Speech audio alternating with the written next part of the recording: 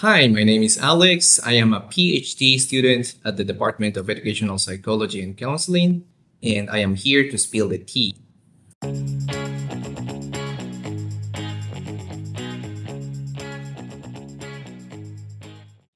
So PhD is demanding, and it is as gruesome as it can possibly get.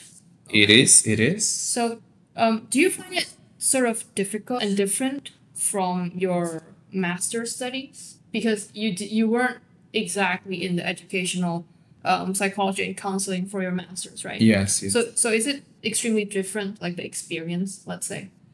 In terms of the way the classes are handed, it's not that different. I mean, we have a schedule, we have homework, we have some assignments, we have to hand in term papers. In terms of those elements, I think it's pretty much the same as my experience in Guatemala. But of course, when it comes to the language of instruction, for instance, in Guatemala, I used Spanish for my entire life, right? Until I moved to Taiwan. So that's one huge change. So I switched to English a couple of years ago. And, I was required to got used to it, right? Yeah. It's not easy at the beginning. So I remember the first semester still struggling with a few readings, especially academic reading. Research papers are another thing. And, you have to read a lot and then you have to write your assignments and term papers. So that first semester was kind of a huge process of adaptation for me. Yes. So that was a huge change. But, I was on track already. So I started to do my best in terms of learning English, practicing every day, writing every day, reading every day. Oh, wow. And wait, seriously, writing every day? Yes, of course. Yes. Damn. Yes, that's part of the PhD experience. True. Right? So, yeah.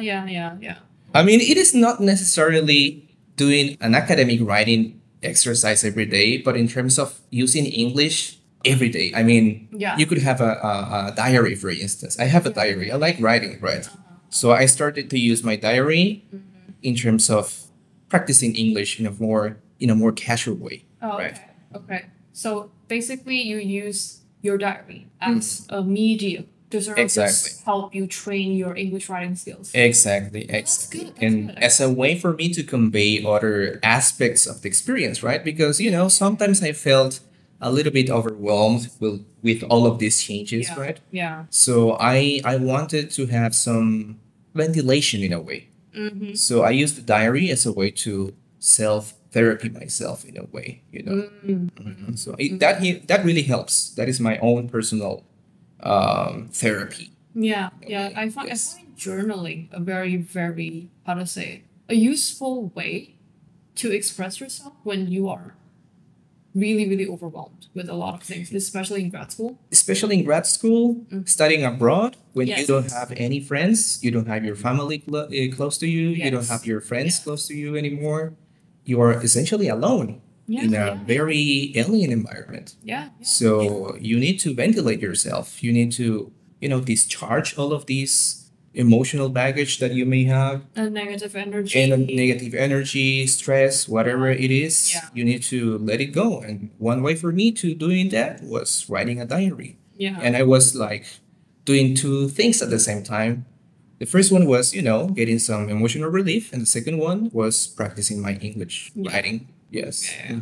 So you mentioned that language was the biggest difference. Not the biggest, but one of the biggest ones. How about the other ones, like the other differences? Of course, the lifestyle is different here. I mean, I spent my whole life in this middle-sized town from Guatemala. Taipei is relatively small, right? Well, probably compared to other cities, but in my experience, Taipei is a big city, There are around 9 million people living in this city, so it's a huge place compared to my hometown, right? So changing my routine, my everyday habits in terms of commuting, in terms of buying my groceries, doing the laundry, or all of these small things that one has to do every day. I mean, this adaptation is also very important. In terms of, how do you deal with this new environment? How do you ask for help when you do not speak Chinese, right? Yeah, that is true. That's that is a shock. Yeah. I mean, it doesn't matter if you have 2 masters. It doesn't matter if you're studying a PhD. But if you cannot order a piece of meal, if you cannot order rice bowls at the 7-Eleven, that's difficult, And you know that you are unable to do that. You are you don't have the capacity to do that. Yeah. So it doesn't matter how hard you studied before. You are just illiterate. Basically. Yes. Now you're in a foreign land. You're in a foreign country. You don't know the language. And the L2 that you have, you're not even that confident as well. Oh, that sounds like a lot of struggle. So that everyday cultural shock, let's say, was... cultural shock. Yes, because every day was something new, right? Yeah. Especially during the first semester, I was struggling with language, not only English in terms of the academic life, but also in Chinese, using Chinese in terms of my everyday life, right? Yeah. Using Chinese casually. That's relatable for sure. And because you mentioned something about being overwhelmed with a lot of the changes, and then that requires a lot of adapting, and you also mentioned something about being lonely, being alone in a foreign land. That sort of applies to grad school as well, especially PhD. So studying a PhD is a very lonely path, and this sort of loneliness can be very, very consuming. Because you're sort of juggling your life, okay? Yes. And then work, and then your studies. That's another element. And not to mention the academic pressure that comes with doing a PhD, right? And also not to mention another part, which is the constant sense of urgency that academia sort of like impose on you. That happens all the time, yes. And the anxiety that might comes with it. So what would you say are your survival strategies to deal with all of this overwhelming experiences or encounters, let's say? I would say that firstly is having this sort of good habits. One of them is, the diary. I have this ventilation channel in which I write down my thoughts, feelings about everyday life, about my academic life as well. Yeah. Secondly, I think it is super important to have a good group of friends around. I think since one is a graduate student, well, one has to be a little bit adventurous when it comes to socializing. So, the university has clubs, they have different activities. Yeah. You could join them, you could know new people in these activities. Also, Taipei is a vibrant city, so every day they have different cultural activities for people. That is true. Yeah, people from different backgrounds, right? They attend to these activities, so it's quite interesting to engage in conversations with these people from other countries, from Taiwan. Eventually, you slowly create this support network. Yeah. That is pivotal for you to survive the PhD journey or the graduate school journey. Yeah. Otherwise, it's very difficult. I mean, we are social beings, right? We need to socialize, right?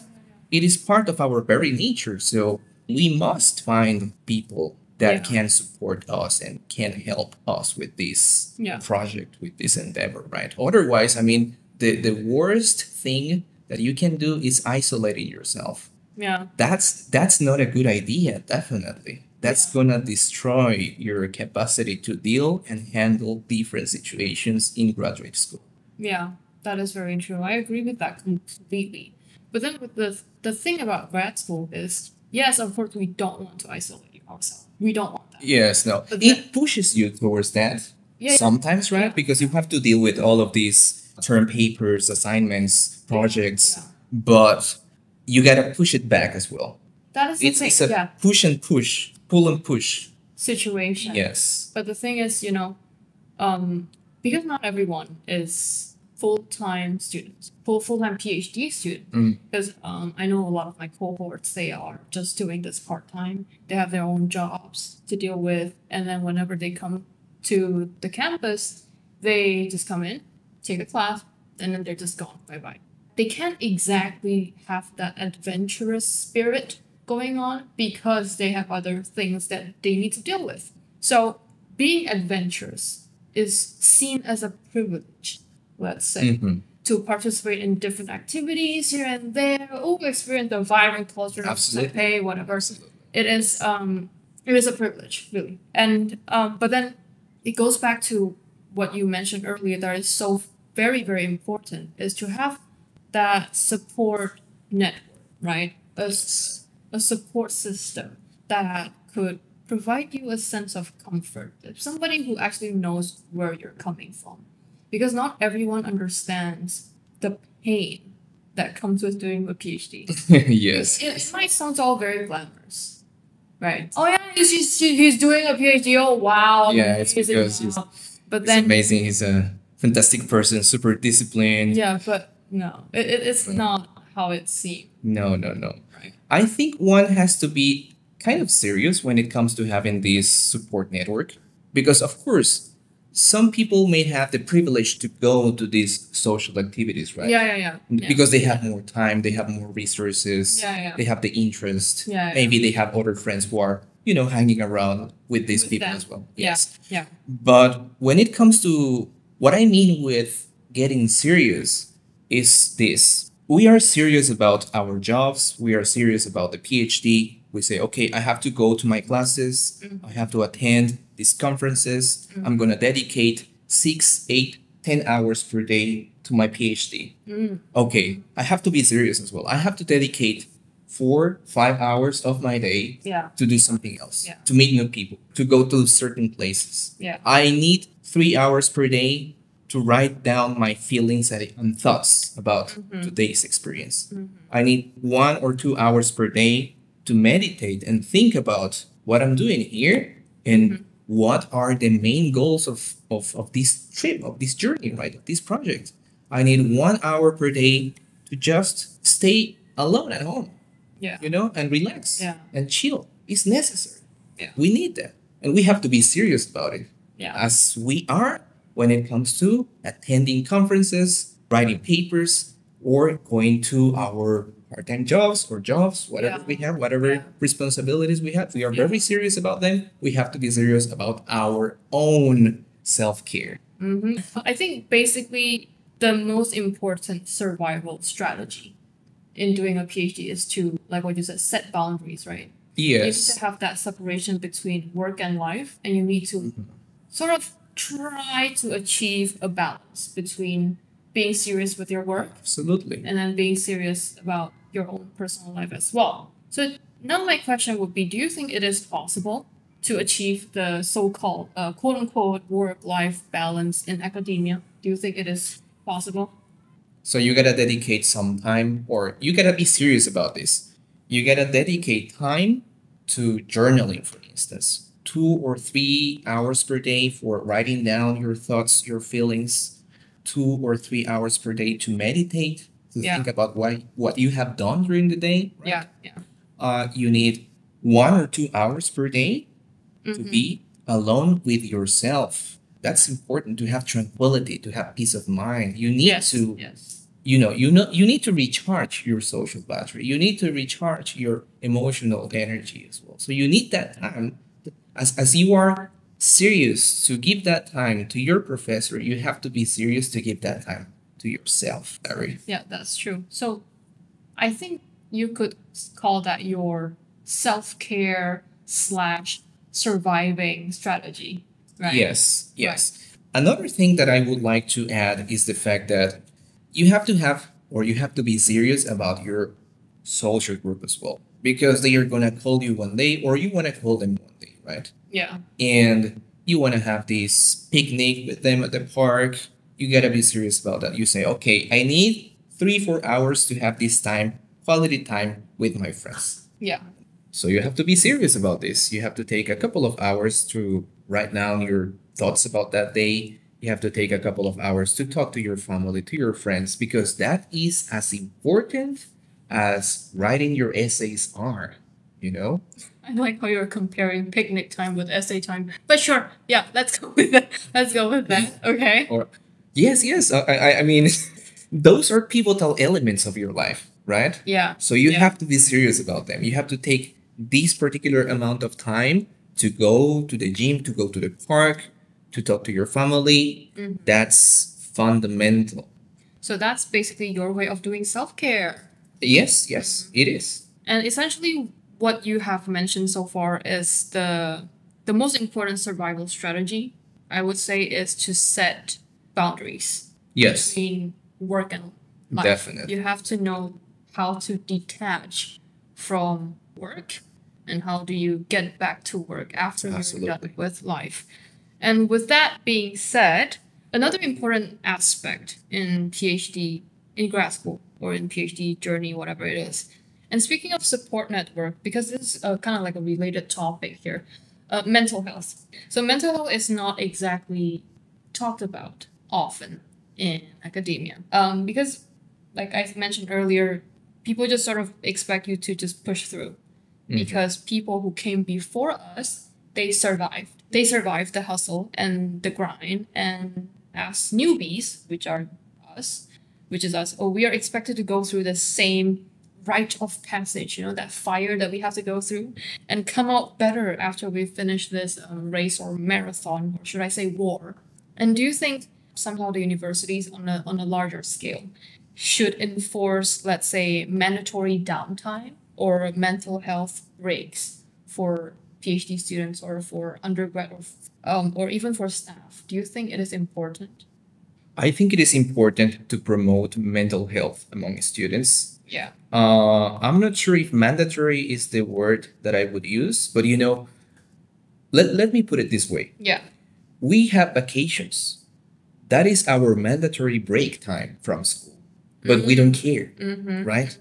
We want to kill ourselves during vacation time. Exactly. So again, we have to be serious about this. It is vacation time. Take this time to do something else, but not killing yourself at school. Yeah. It's necessary. The time is there, but we have to be active about that. Yeah. We have to actively seek for those quality times and quality interactions besides school. Yeah, that is true. But then the thing with people in academia, for example, some professors who shall not be named, they don't exactly take vacation time or let's say weekends seriously. Because I know some professors who would reach out to their, let's say, their supervisee or their students during weekends just so that they could get some work done. And this sort of toxic culture, it is like a vicious cycle. That's why I mentioned mandatory downtime. And I understand that those vacations and those breaks, they are mandatory downtime. But then do we actually execute them? We should. Yeah, we should. We should. We should. I know sometimes it's not possible because, sometimes we have emergencies. Yeah. Sometimes we have something that we have to cover. There's no other choice for us. But I will highly promote this culture in which we take this time for us is necessary. Yeah. As we need to sleep, as we need to eat, we need to take a break from school as well. Yeah, I agree. I mean, it is not human to Just work and be attached to the computer 24 hours per day. Yeah. And not to mention with phones, with cell phones, we all have, I don't know, Line, WhatsApp, Facebook. It's We're all always connected and it is it's all accessible. draining Yeah. our energy. Exactly. Yes. And having those times to ourselves doesn't mean that we are free, So I think a lot of some professors or some hardworking people, they should know that, people being accessible doesn't mean that they're available for your reach. Something that I have done recently is the fact that I just turned off my phone. You switched off your phone. Exactly. completely. Yes. Especially, let's say I take one weekend or at least one day per month and I disconnect myself from everything. No social media, no cell phone, no phone calls. That is actually... Oh, well, that sounds very nice. And I am serious about that, Yeah. I take that time for myself. It's necessary, especially now because we are all the time connected. Always. I need to have that time for me to release, right? Yes. You need those time to vent. like you Absolutely. said, to vent, Yes. to just That's critical. be you, Yes. to just exist, And again, we have to have a commitment towards our mental health. Exactly. That is non-negotiable. There you have it, folks. Non-negotiable mental health. Yes, promoted by Alex. Okay, so thank you for joining us today, Alex. It's a pleasure. For the very first episode of Spill the Tea. And we basically covered the struggles that Alex and me encountered in this PhD journey, and how do we survive? How do you cope with mental health problems, and the importance of having a support network and a support system, and how do we set boundaries to stay sane and stay mentally healthy in this difficult journey that we have of grad school. So thank you all for tuning in, and watch out for more spilling.